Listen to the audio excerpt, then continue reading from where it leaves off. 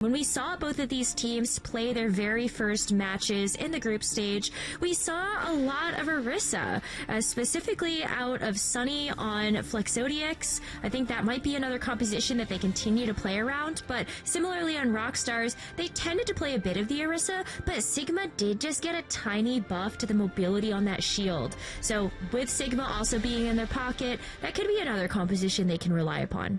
Yeah, if you don't want to go Horse v Horse, Sigma I think is a great choice against the Orisa, just one of the best tanks when it comes to absorbing pressure at range, which is just Orisa. She just never dies. But doors are open. Let's go find out what's going to be going down. A lot of weight on someone like Gucci's shoulder, stepping in as that Tracer player over Checkmate. He comes from Supershine, has floated around a lot of community tournaments, even in the EU Summer Series with exclamation point play. So I'm excited to see what Gucci can do in this match for ROCStars. I am too. Right away, we're going to see pretty much a mirror match across the board, but Gucci is going to be getting the first pick. So far, so good when you're on the flank onto trying to protect his Orisa, but this has been tough. Gucci is on a rampage too. As soon as that one domino fell, like the rest did as well. So a great first fight for ROCStars. It's looking really good so far, and the fact that they were able to win that first fight means they are going to be leading the charge when it comes to getting these ultimates online. So I'm looking at Skyle being able to get this amplification matrix potentially for the next fight. Gucci already with that first pick, basically a one clip into that Cassidy, is that pulse bomb's going to be up and running too. It did get a bit of a projectile change, so it's not going to be as easy to stick those pulse bombs, but could still land their mark. Yeah, on two, will have to keep their eyes on Gucci for now. ROCStars still hold, and they started to surround Sone, and a great immortality from Reisu to assist with this.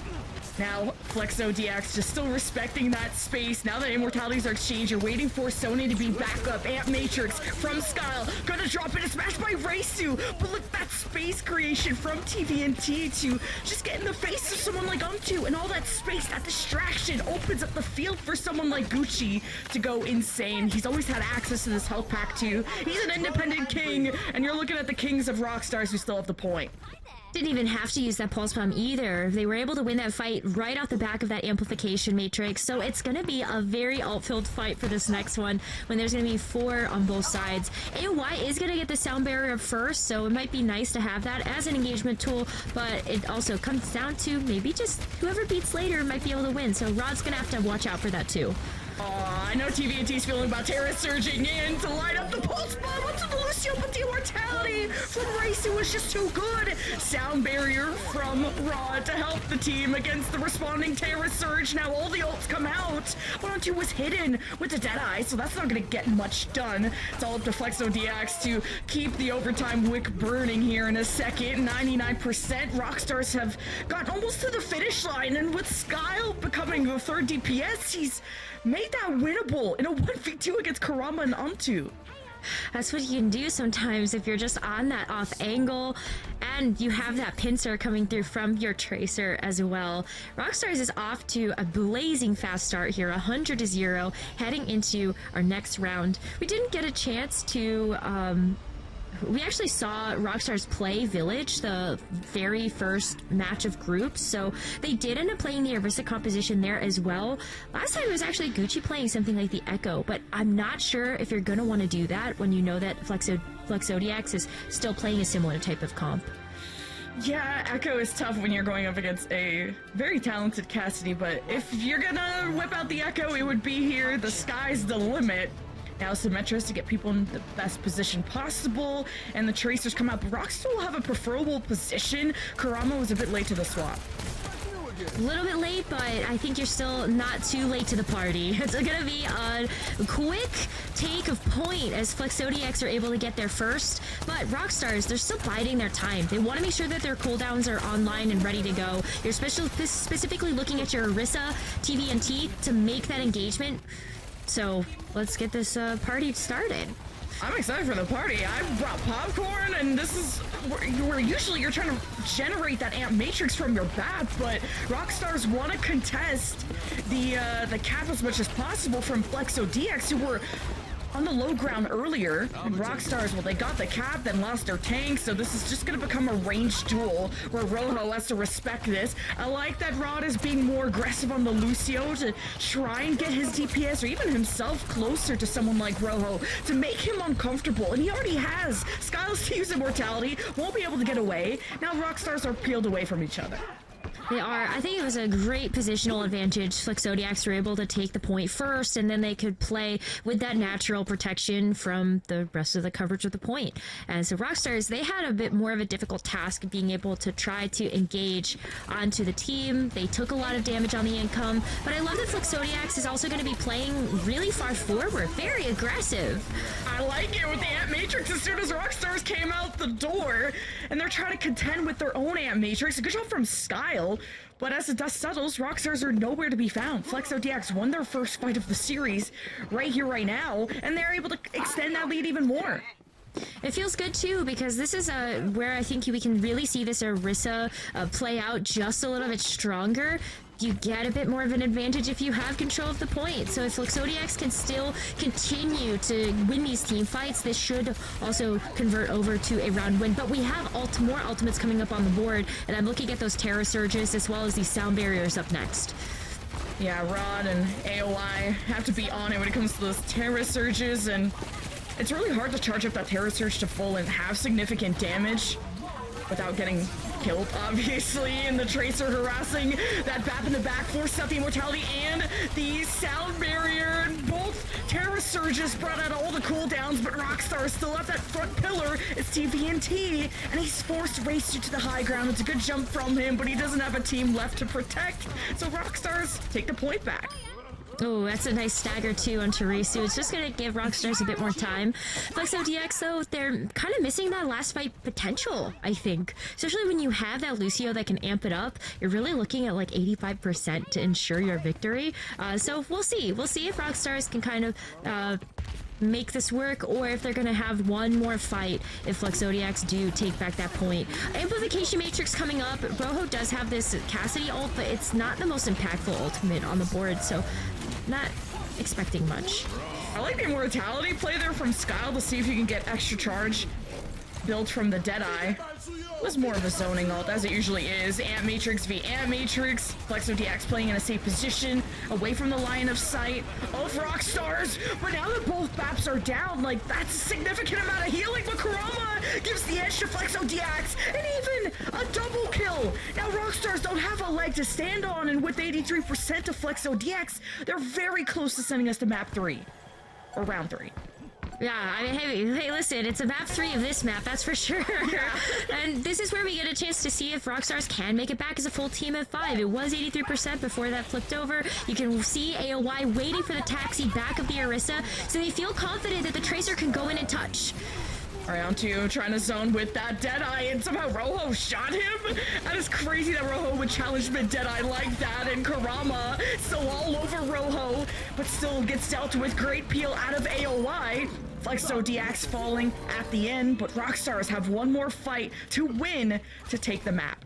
Oh my goodness, it's just so back and forth, and I love that this round has already been so much more competitive, because it gives me a little bit more hope that we're going to have a great match coming up next. But ROCStars, they're the ones in the driver's seat. They have the ults. So FlexODX are going to be walking into a Terra Surge and a Pulse Bomb, potentially as a combo.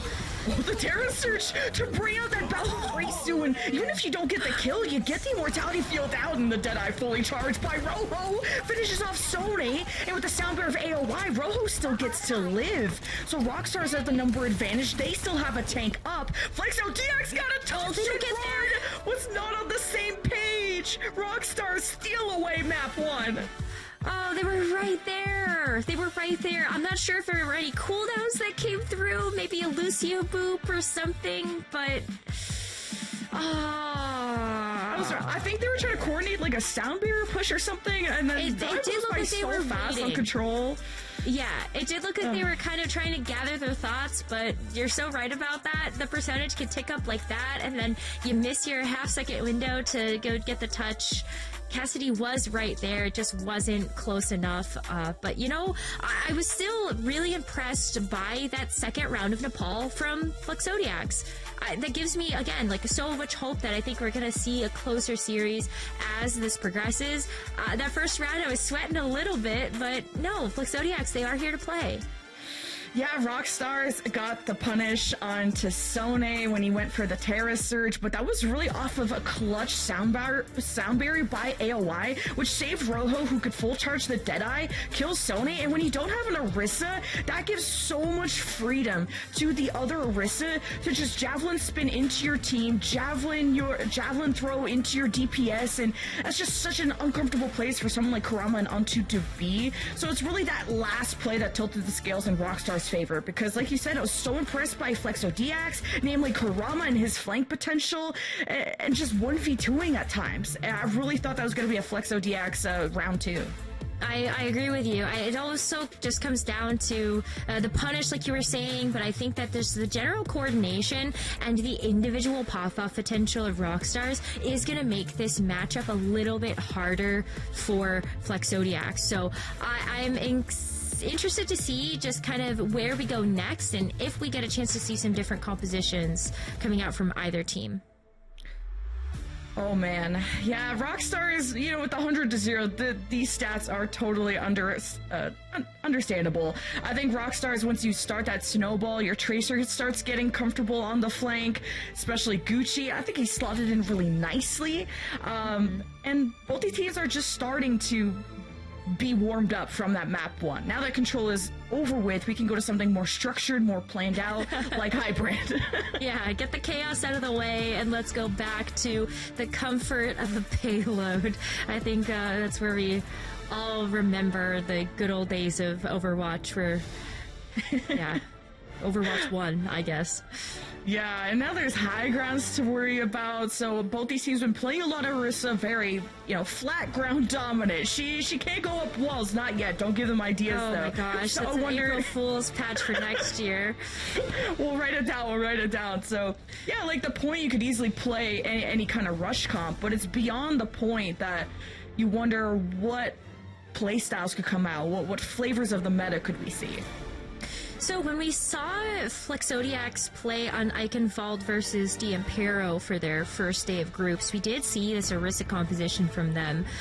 It was Orisa, Tracer, we had Untu on the Sojourn to be able to kick off an attack. And I think when it comes down to like the Sojourn versus the Cassidy, let's say, because I think those are the two DPS that are really slotting into that hit scan role, it's all about where your comfort is. Do you want to be able to play on these more long-range sightlines? Then Sojourn is definitely your hero, and then Cassidy is just really good in more close quarter fights when you know you have better access to something like that Tracer. So that's what we're going to see out of Rojo for ROCStars. And that third DPS, I feel, has been a little too silent, or as if we've been too silent about him. Like, Skyle had his own frag moments of a double kill that ended up winning ROCStars the fight on, the last fight on map, round 1, I believe. So, don't underestimate the power of Baptiste and the power of just sitting on the point, I guess, because Rojo is getting that second tick. The rest of the team get to do work. Flexodiax find themselves behind. Here's a last-minute recontest by Kurama. Nice headshot by Rojo, and it's as simple as that. It was a super quick rotation from ROCStars, and it gave them an immediate advantage, having to put Flexodiax behind the central pillar. It never feels good to have to play from that type of position, and look at how far back TV&T are pushing the rest of the team. This cart is already going to be able to get under that dreaded archway, and this fight is now for high ground. Okay, Ant Matrix, just a zone to Flexodiax, but this could force a lot of chaos if you drop off the castle and not everyone does the same thing, but really Flexodiax stay united on that front and have fired back with the Kitsune rush of Reisu. A great call, great resilience out of this defense to finally get a stop against ROCStars. All right, so a really good stop too, because in this position, you have just a little bit more territory you can play around. It's a stronger defensive corner for Flexodiax if you want to try to play on the low ground, but then you also have a chance right now to set up on the high ground if you want to make sure that Untu has a little bit of a better sight line. So I really like this play, and it's a good power position for Flexodiax to have. Okay, got a bit of an overclock, forces ROCStars into shelter, but now you're about to be evicted from the shelter Untu, but man, he just stays stoic. He did not even move from that position. ROCStars walked in, looking to deal with that Sojourn, and they're the ones who got surrounded by Flexodiax, who just peeled for their DPS so well, and of course the sound barrier of Rod can't be underestimated, so ROCStars have been stopped back to back. It's another big defensive win here for Flexodiax. They're starting to lose a little bit of that corner, but you're still really happy knowing that you were able to force out some pretty big ultimates in the amplification matrix and that pulse bomb, and you still have pretty telegraphed routes of entry where Flexodiax can be right there waiting. Oh, there's a pulse bomb behind. Kurama is a demon. ROCStars panic. They use the sound barrier. They want to run over Sone, who's just been contesting the carton out in the open, so he won't be able to be helped in that cover. ROCStars, great retaliation at that moment. They just really had to wait for Flexodiax to come to them, I guess. I mean, the biggest problem with that fight, too, is that Flexodiax did use most of their ultimates in the fight before. Sadly, I ran out of time to say that before we saw the sound barrier come out from ROCStars, and then that was kind of all she wrote. But now, Flexodiax still get this high ground pressure, and while ROCStars are pushing the cart, the rest of the fight's happening up here.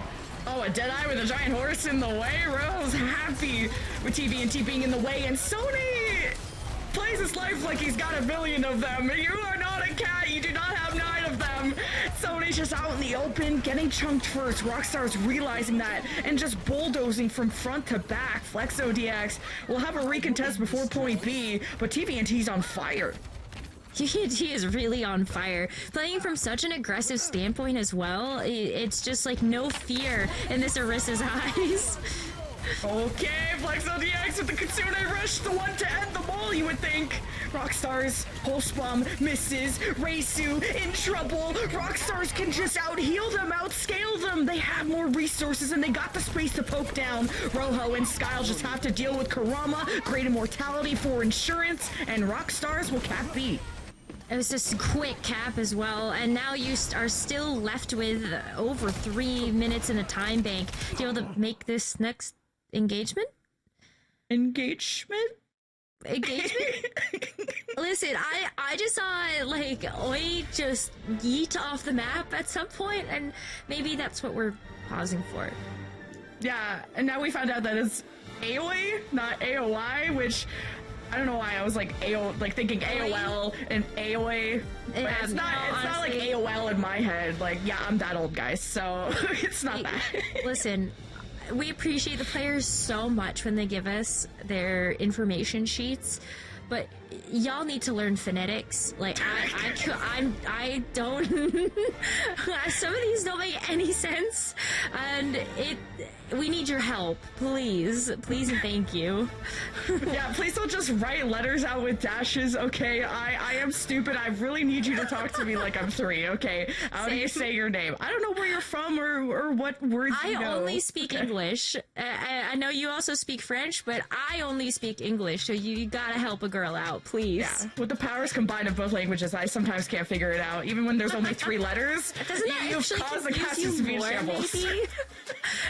I feel like if I knew any more of like a secondary language, I would actually get more confused. Because like I do know some Spanish, so sometimes I look at something and I'm like, oh, I should probably say it like this, and it's like absolutely not that. You know? Well, now we get to go back in and not have to frustrate over 3 letters. We can frustrate over a few more fights left in Eichenwald. And ROCStars are on a roll. They got plenty of time. They do. So, poor Oi is going to have to come back into this one. in just a minute, but I think the rest of the team of Rockstars have to buck out so they don't actually lose anybody else or give out any more ultimate charge before he comes back. This is a great corner to hold for a long time. Sone, oh my god, got saved by the sound bearer of Rod. You owe him a pizza. You owe him a Prime sub. And Rockstars, well, they couldn't punish that this time, but there's now no more insurance for someone like Sone. Yeah, I was thinking about that. Looking at just the overclock, personally. I want to see that overclock do something against the sound bearer. It'll take some time. On2 has to go back to spawn, so you know that's not a good sign for the defense. But Rockstar's very happy, as usual. Front to back, kill the Orisa, and then win, and then profit, right? But Rockstars have 3 ults. This should be in the bag, right? It should. I mean, Risu does have the Kitsune Rush, so it does make things a little bit harder to be able to maintain that point presence, but Rockstars are backing up. They lost somebody. They want to make sure that they're going to be re-engaging as a full team of 5, because that's where you're going to get the power to push this payload over the line. Rockstars. Oh wow, it's actually the initiative out of Flexodiax to pop the Kitsune Rush, get Kurama on the flank, and Rockstars, their backline is getting devoured right now, and TVNT could only just watch, so I like that confidence out of Flexodiax, going for the big plays. So that's where you can see that Kitsune Rush and Amplification Matrix really play into one another. The Am Matrix is stable. You can't really use it if you walk past that window. It's not how that works. Thank goodness. But when you use this Kitsune Rush, the rest of the team just gains that extra mobility to make that engagement even just a little bit easier. Oh, don't do it to him! Wait, Skylar to use the Immortality, so Kurama's so happy, and he got a piece of that sound barrier from Rod, which is crazy. So Kurama got to stay there even longer, finished off what he started, which was Skyle. Rockstar still played that fairly well when facing up against a team who had sound barrier, so Rockstar still managed to get ahead despite that resource disadvantage. Oh, I mean, that's gonna hurt though. Kurama was set up for a very sneaky play, but now does get taken out. There's a little bit more cart progression happening now with a bit of a player advantage, as we're gonna see Kurama get back into this. Now that AOA is close to his sound barrier, this could be where Rockstars just overwhelm Flexodiax in the resource department. They use so many ults just to get like 3 inches, and that's not a lot. Flexodiax have the overclock too, where OWCS wants a better sideline to use us in. How about Sone setting up the pins? TVNT doing the same thing. Sound barrier for Rockstars. That's a huge advantage. Sone is playing in there like they don't have sound barrier, so Rockstars easily deal with Flexodiax, and they'll be capping with 33 seconds. I want to give huge credit though to Flexodiax though, right? Because that defensive hold had to be 3 minutes for them to even whittle away the time being to where it is now. And I think that there's so many good points taken out of the defense that Flexodiax had, because it wasn't just this 3rd point. On that 2nd point too, they were able to play to so many outs. The one thing I think that tripped them up is there was that one fight where they used 4 ultimates, and then Rockstars was able to run over them with just the sound barrier in their pocket. Was right on that first corner of point B. I think had they had a little bit more patience with the ultimate usage, I think that they would have been in an even better spot to potentially keep Rockstars from pushing that payload over the finish line. But still, like, fantastic job, especially after that first point A capture was so fast. Yeah, Kurama's doing so much work for Flexodiax, and I think realizing that Skyle is a huge problem is a good thing, because Rockstars, after map 1, Skyle actually did more damage than Gucci, and this is no shade to Gucci, because Skyle is just the GOAT on Baptiste. And keep in mind, the heroes are very different. Skyle can poke at range, has an immortality. Gucci has to get up close and personal on the Tracer to do work, and the fact that Skyle is out-damaging a Tracer is still very impressive to me. Yeah, it's super impressive. He also can sometimes use that amplification matrix a little bit more selfishly. Yeah. I think that Skyle has done a really good job, though, is finding those moments to be able to do that, to give his team the upper edge. So I think that's where we can really start to see that individual skill expression come through in team comps like this. And Gucci hopes to have the same impact that Kurama has had. But OWCS, because he's on Sojourn, he has such a longer jump and better he could be just a better independent person against a Tracer flanking. And Kurama has already killed Rojo, which is not a good sign for Rockstars. As they walk in, they gotta have eyes at the back of their head and see who could be back there. And Rockstars collapse onto, and Flexodiax don't have a good structure right now. They're just huddled in that house, managing to at least get the first take. Rockstars in trouble. Skyle doesn't get to the health pack in time, and that'll be it for the point.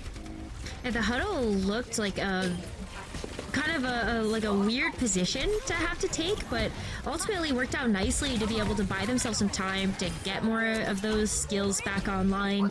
And there you go, point captured, just about as quickly as what Rockstars did on their attack push. So tons of time in the bank to be able to work through this, and they even got a couple of stagger kills. So Rockstars, they have to set up here on the defense on the high ground instead of maybe taking the slow ground approach. Yeah, Sone's already trying to take Mega Pack control. The biggest issue with this part of the attack is crossing from that mid archway to the Mega Pack room right in front. You could be hosed down from the high ground, and Flexodiax are trying to get into some cover as Gucci at any moment can just drop down like a bird and leave the pulse one behind. And Flexodiax don't want that. Yes, they have a Suzu, but it's a bit more difficult to negate a pulse bomb with compared to an immortality. So Flexodiax have still made decent progress, and they're on the high ground. The defense have swapped around. They're contesting the cart, which is the best thing you can do, but now Rockstars are more exposed to poke, and now it's up to Flexodiax. Yeah, literally Goomba stomp him, and there's a very charged up Terra Surge, but Rod was too late for the sound barrier, so Flexodiax will fall over. I like the idea behind being able to switch sides, get the drop on him, go pound him into the ground with the Terra Surge, but it just took too long to charge. Everybody on Rockstars had scattered. There was nobody left on the team to be able to take advantage of it, and now they are touching the spawn doors. Rockstars has unlocked yet another achievement, and at least there's still 3 minutes and 40 seconds for Flexodiax to put a cohesive push back together, but this is such an aggressive stance from Rockstars. You see Rod go, nah, never mind. Never mind, fam. Everyone back to the nest now after that Deadeye came out from Rojo, which still managed to kill somebody. So Flexodiax, okay, now there's no more ults coming into your spawn room, but now you still can't even leave spawn because Rojo is hindering your support. Someone help this backline! Oh man, I mean, it was like the high noon to kill TVNT, or to kill Sone. Sone has just been isolated away from the team so much, whether it's with an ultimate or just a surround from the rest of Rockstars, and nobody can get out of spawn right now. Okay, maybe finally. But the cart has already been pushed so far back, it's not an easy entry route for Flexodiax right now. Ooh, I like this different route out of Flexodiax, but now they're staring down the barrel of an Amp Matrix, but Untu doesn't care. He's gonna punish you for using it. The overclock right to the dome. Rockstar's gotta scatter, and Flexodiax can finally see some progress. A little bit. I mean, you still saw so much time, though. They had, like, over 5 minutes heading into the second point, and now you're down to just 2. And there's not that many ultimates left in the bank, either. The good news is that you do have the Terra Surge, but we're kind of back to that similar rotation where Oi's gonna have the response. The sound barrier is coming up very quickly. Oh, Soda says if you want to dance, you're invited to the show, and popped the Terra Surge, but didn't fully charge it because there's a sound barrier pain train from Rockstars literally paving down the stairs. That is terrifying. Rockstars are so good at playing this chess game, but also supporting TVNT to make this look like a tank canyon, to be honest. Like, Rockstars are gonna hold them here, and this is such a dangerous spot to keep the card in. Talk about Skyle again, though. What is that amazing positioning? Like, I feel like Skyle just had sightlines on the entire team, which made it even harder for Flexodiax to be able to remove that main source of healing.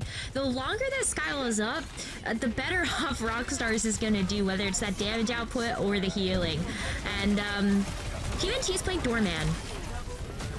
Rojo is just excuse me. I'm just gonna squeeze on in here with the Deadeye.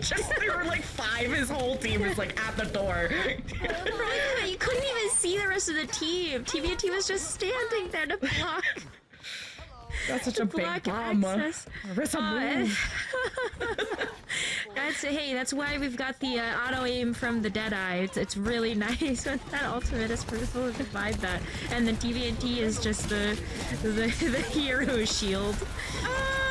Terra Surge from TVNT. Yeah, Reisu used the teleport to get to the team, and then as soon as you use that teleport as the Kiriko, you become target number 1 of the entire team.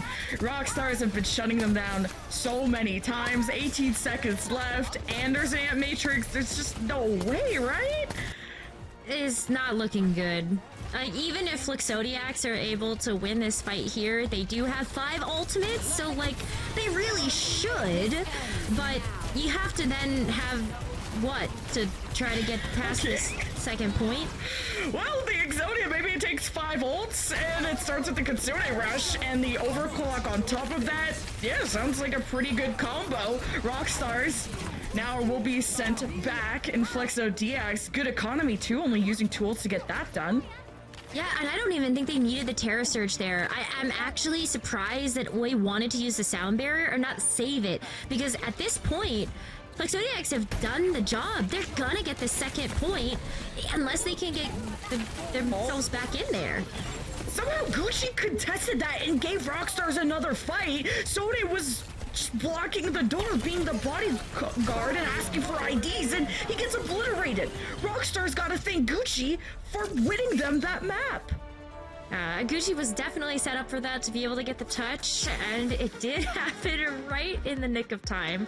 But it just, again, speaks volumes to just how well practiced this team is. Whether it's been on this map, I think Nepal was a really good showing of that too, but they knew all the ins and outs of how to surround this team, and even though they had used the sound barrier, they didn't have any other ultimates outside of that Terra Surge. Plenty. Yeah, I think Flexodiax just have to have better communication between their main healer, Reisu, and Sone. There's often times where Sone's aggression doesn't match the health that he has, and sometimes you blame that on the Orisa, but sometimes you can also blame that on bad comms between your main support. They need to be on the same page. If Reisu's attention is even towards someone else, if he's pocketing onto or whatever, then Sone needs to be aware of that, because as soon as Sone drops armor, that Orisa gets shredded very, very quickly. So Reisu, as soon as Sone's armor drops, has to give full attention to that, because Sony's been first picked more times than I can count, which is costing Flexodiax so many fights. I agree with you, but I don't even think that we can kind of look towards Flexodiax to make those adjustments in terms of the fact that ROCStars is just kind of back in the backline's business. Yeah. And so, like, poor Reisu and Rod, they both have such a difficult time dealing with Gucci, dealing with Rojo. Even TVNT is back there to make those supports' lives difficult. And if that's the case, then Sony is kind of on their own. And so maybe it's like when you take a look at the communication improvements that this team could make, maybe it is just playing a little less aggressive so that we can actually see them work together against these flankers and these off angles that ROCStars are taking.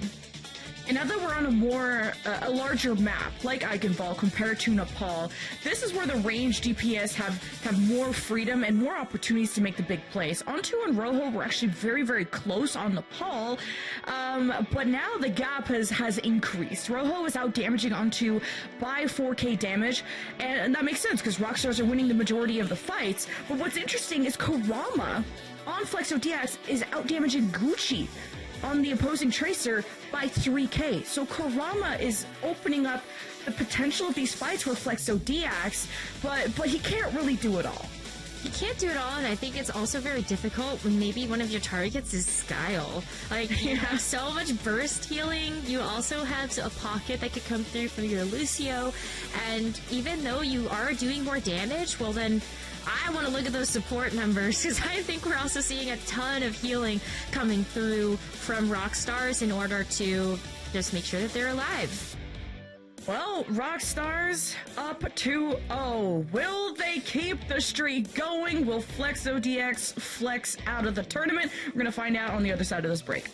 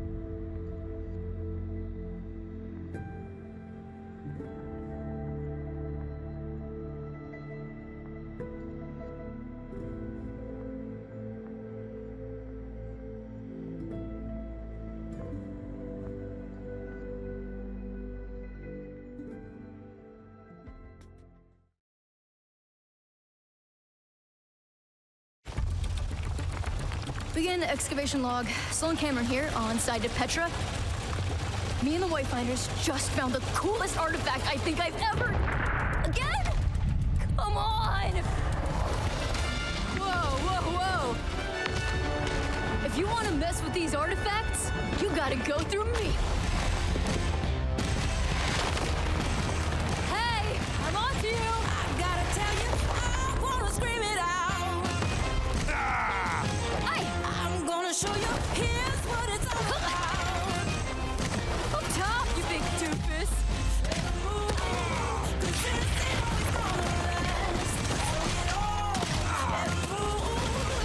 Rock temple! Just can't believe my eyes. Oh me, oh my. I got something that'll catch your eye.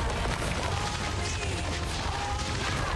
I got something that you can't deny.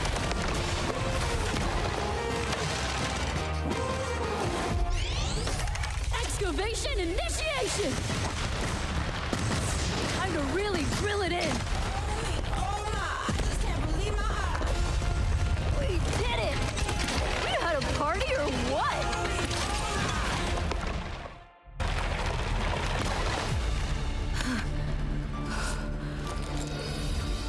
Whoa, no way.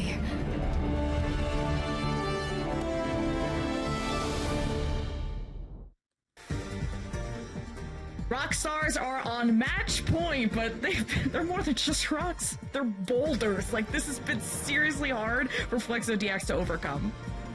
Yeah, I think that they're going to have to pull an Atlas move right here because it has been a pretty tall mountain to climb. Originally, when we looked at the second round of Nepal, I went, this might be a little bit closer than what we imagined heading into this matchup, but now I'm like, I'm not sure that's going to be the case. I really hope to be proven wrong here, but I think ROCStars have shown really high levels of team synergy together. They've also been able to show us like really bright individual moments, whether it's been some of these Gucci pulse bombs or the Skyle off angles with the amplification matrix. it's all looked really good here. We are seeing a bit of a different look though. Skyle is gonna go to the Kiriko, but I love having Kiriko on a map like this. Not only do you have those Suzus in order to stop some of these pulse spawns, but the Kitsune Rush plays so much better on these points if you know that the other team is gonna run it too. I'm surprised that he makes that swap because BAP, he's been so solid on the BAP, and that's equally as meta on like a long lane like this. But wow, okay, already a first pick from Onto. Shutting down Gucci was on this off angle to the left, so ROCStars are gonna try and hold as best as they can and not give up too much space, but slowly will be backing away, and now have to really respect Onto. You have to back up here. Unto is going to get some nice free reign, though, of all of this high ground real estate, and that's something that is going to be a little bit tricky, I think, for ROCStars to be able to get back in on, but if there's one thing that they can do, it's play together as a team. So even though this is going to be some bot progress, it's not going to be too long before TVNT tries to make his way in there. What is he up to? Yeah, he used to get his way on in there. He just javelin spinned into the team, 1v5. He still lives. And Kurama throws the pulse. ROCStars are injured. TVNT has lost the armor, so TVNT plays his life very safely. Like, he's not inting. ROCStars got to thank him for that. Kitsune Rush at the ready, and as long as ROCStars clear their flank, which is on the left, Gucci and Kurama will face off. If Gucci wins that 1v1, that could just open up the whole fight for ROCStars. Oh, well, here's the Kitsune Rush. Well, that's pretty fun. ROCStars don't even have to worry about Kurama in that case. They're just gonna run them down from front to back. Reisu matches with their own Kitsune Rush, and ROCStars immediately activate the speed from Aoi and leave. At this point too, when you have a little bit of that advantage, just back up from that Kitsune Rush. Doesn't mean you don't really get a chance to use your own, but hey, you're kiting away from all of that damage and you're setting up for the next rotation of ultimates. Right now it's going to be the sound barriers and these terror surges. Bro is so at the 100 charge and just donk walked into the other team, forcing a sound barrier, and he walked into Sone's Terra Search. Like, Rojo is very lucky to still be alive right now, and that's just the power of ROCStars. We live together, we die together. We rock hard together is maybe... Yeah. Yeah, rock out. Well, Onto has something to say about that. So, ROCStars, while they do get a chance to take back the advantage, it's still a long tussle over this midway. Looking at the neutral, we're really looking at these overclocks to try to find a territorial advantage, to have these straightaways, but no one wants to give it up just yet. There's been barely any progress across the board. Okay, Maybe now? Okay. He is online. That's what we love to see. And jumping away from the Tracer, that's good. He's got the Suzu from Reisu. And man, Gucci is trying to throw everything at him, but Onto is being so well protected. And this may be where Onto can have a bigger impact. And he's already having an incredible map 3. Absolutely. This is looks night and day to what we ended up seeing on those first two maps, but Onto is also having way more access to the front line of ROCStars. There's just a lot of nice space creation happening here from Sone, and it's really enabling the Sojourn. Also very, very impressed with how Flexodiax are willing to give up some of this card progress to play to a positional advantage. Well, 20-meter lead from Flexodiax is not too shabby. 6 minutes left. There's a lot of time. ROCStars, Kitsune Rush at the ready. Just hoping to draw Flexodiax out of this pillar side, and then it's just Rojo that's going to overclock and zone them off even more. So ROCStars have so many options, but winning a fight is one that's taking a while to accomplish. And ROCStars just back away because Flexodiax tried to retaliate with their Kitsune Rush. And both teams trading out very well. Sone's being very aggressive off the Terra Surge, and he eats a pulse spot from Gucci. So that's not a good start for Flexodiax if they wanted to keep holding on to this card. So ROCStars just chasing down Onto, and then there'll be some work. That's still a decent amount of progress, though, for this push bot. And by the time that Flexodiax are able to come back into this, there's still not meaningful progress on the board for ROCStars either.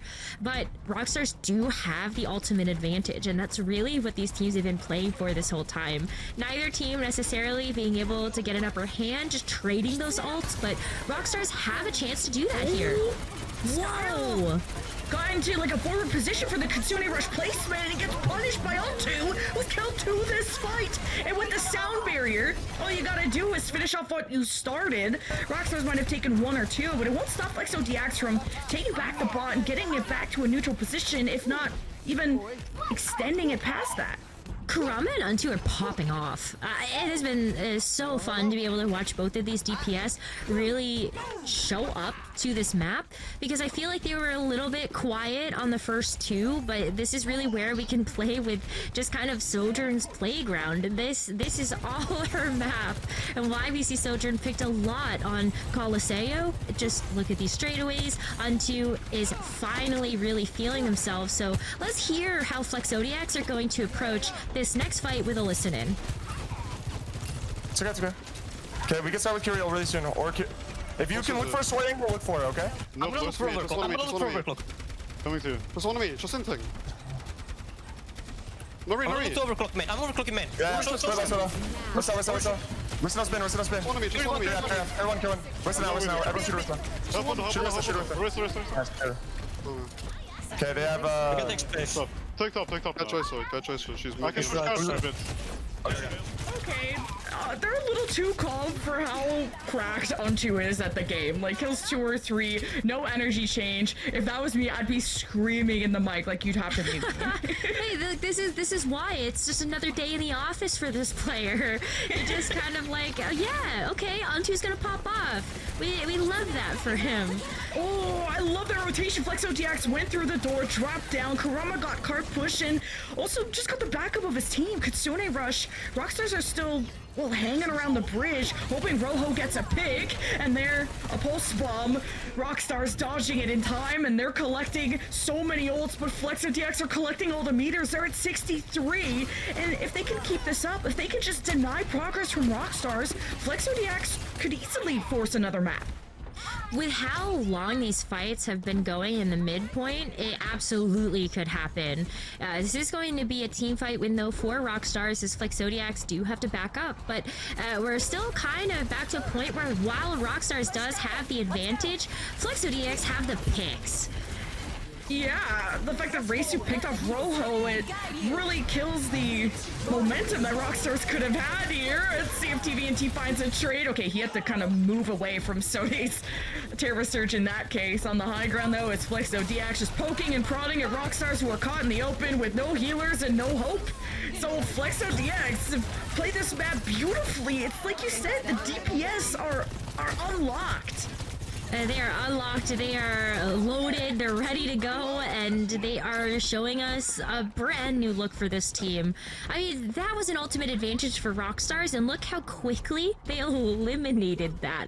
So once again, FlexODX are back in the driver's seat. We have sub 2 minutes left in Coliseo, and this is a very winnable position for them. It's going to be another tussle over this midpoint, but FlexODX, again, great awareness to just back up from this damage and get a stronger defensive position. Yeah, FlexODX just have already had placed the win condition that's 63 meters. And their job right now for FlexODX is to stop progress from ROCStars, not really to extend theirs. I mean, if they could, cool, but it's taking a risk to step out of that pillar side, exposes you to damage. FlexODX realize that and draw ROCStars into them, get the first pick, and then that's all really she wrote. Yeah, that defensive position is exactly what you said. It's really just kind of putting the onus on ROCStars to have to make the first move. And you don't really want to be doing that, making yourself vulnerable when you have a minute left now. This is going to be the final attempt here for ROCStars to be able to win this team fight and then win the map. If they do, they close it out, but FlexODX are set up to bring us to a map 4. And Untu is gonna have 15 minutes to think about it. Just kidding. That Just was a quick, anticlimactic. quick tech pause. But I mean, Untu is a big reason why ROCStars just can't get progress. Because where they need to get progress from is an area where the attackers have no cover, no high ground, and just the power of friendship. As ideally you would love to see someone like Rojo jump to the high ground, make Untu uncomfortable. But to use your jump then disallows you from having a good escape from anything that could come your way. And it's not like the rest of the team can go to the high ground. It's really just Sojourn who can jump up there, and maybe a Lucio. But it's tough, a tough position for ROCStars. It is tough, and I think that the other thing about that position that makes it really difficult in this situation is that not only do Flexodiax just have that defensive stronghold, but they also have the flank angles. So like Karama is going back into the back line, getting a quick pick onto a Tracer, the Sojourn, a Kiriko, and like that just spells disaster for your push. You can't go in without that main source of healing. And I think that whether it's Karama or it is Unto, like the team is getting the work done and they're really putting the damage down. Here's some highlights from Unto while we wait for the tech things to settle. Unto is being outdamaged by 4K by Rojo on map 2, but this has been the Unto show. He is unlocked, if anything, and he's jumping in. When you see a Sojourn jump in to the other team, that's when you know you gotta start running, okay? Because that Sojourn is coming for the paycheck. Oh, I think it's too late if Unto is in your face. I think you're going to be going back to spawn pretty quickly. So yeah, it's looking so much better for Flexodiax, and I feel like we're just moments away from confirming we're going to a map 4 if things continue to go the way that they are. Flexodiax just have a really good understanding of, they've already set the initial pace of the 63 meters, and usually they don't have all 5 people alive once ROCStars drop the ball, so Flexodiax probably don't have the members to push out of pillars, but they also don't need to. They're up by 20 or 30 meters at this point, so you just have to stop ROCStars from winning a fight outside of pillars, and then that's all she wrote. So Flexodiax are doing a good job of sending Unto onto the high ground, headshot everybody, go kill, and then that's just gonna be the map for Flexodiax. How ROCStars can crack that? They've got to win one fight here. And they've Win gotta a fight, another yeah. one. Well, okay. Just sounds win the simple, right? fight. Just win the fight, right? Yeah, exactly. Just click the heads and get the picks and kills. No, but like, well, we have a minute left in the clock. We've got a little bit more games still to play, and there is a win condition for ROCStars if they just simply win the fight. I don't know. We'll have to find out if that is the case after this short break.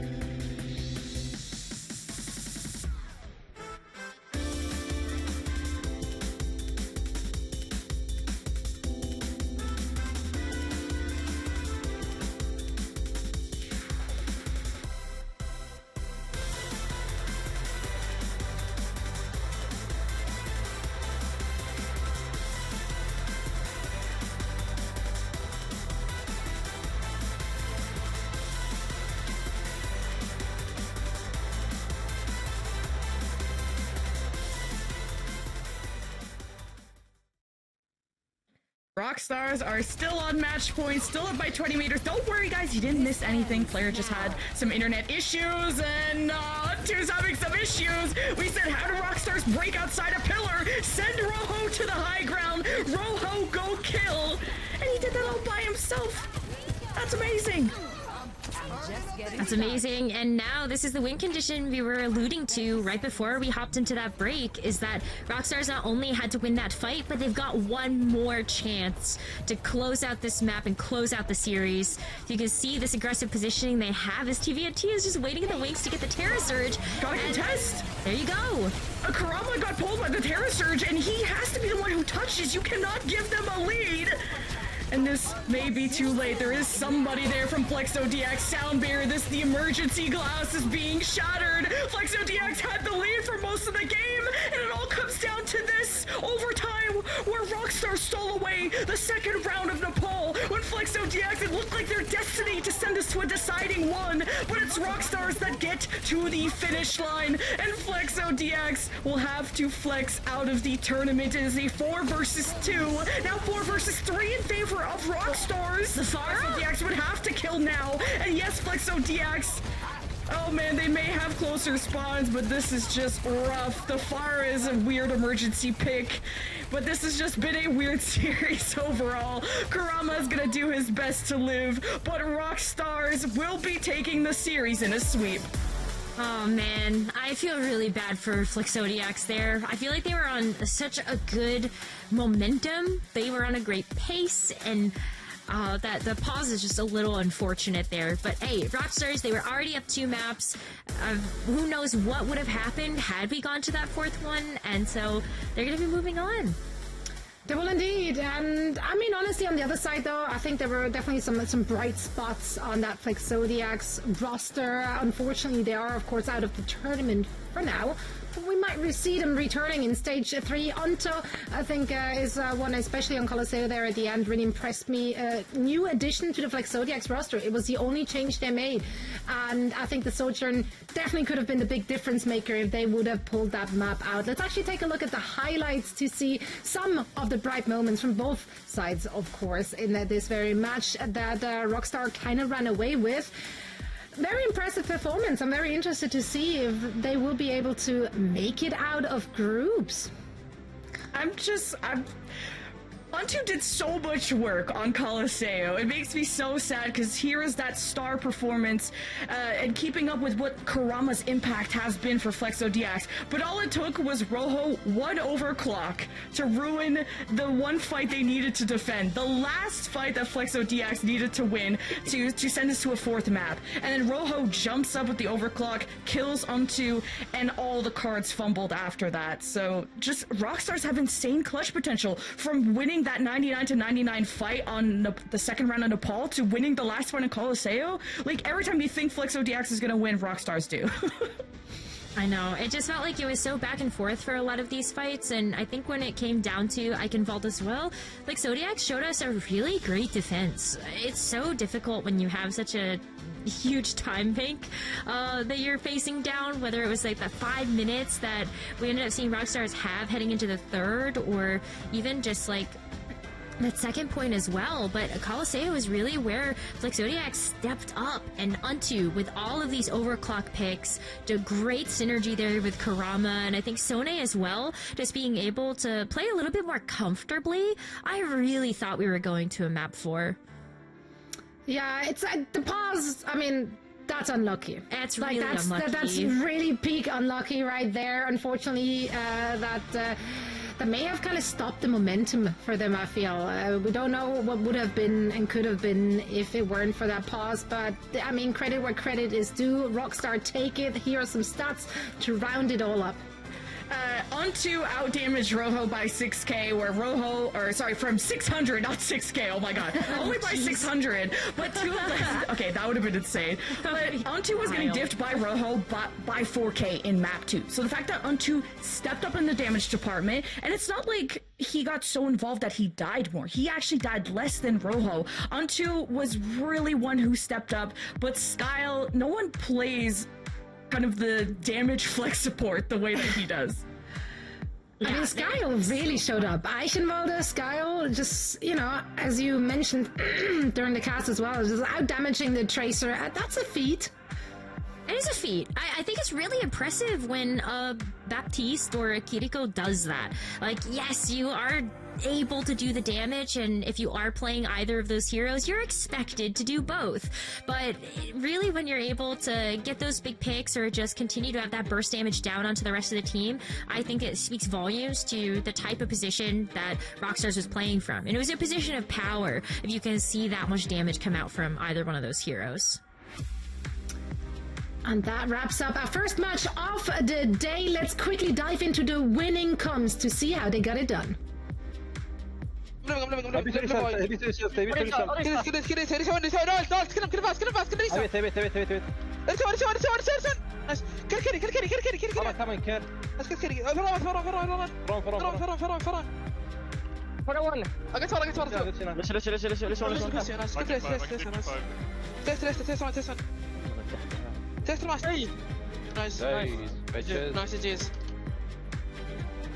Nice GG's indeed. I love when the pitch goes higher and higher, then you know the player is really serious about their calling. And those were the winning moments here for ROCStars, and that means they're keeping themselves alive because they have one more team to face, one more team that stands in the way of them and the main event. The Impero is the next one they have to go up against. They've not met in the groups just yet, so let's see what they can get done. For now, we're leading into Group D, where we will be seeing Meta Boys and Oh Yeah facing off against each other in just a little bit, but before that, quick break.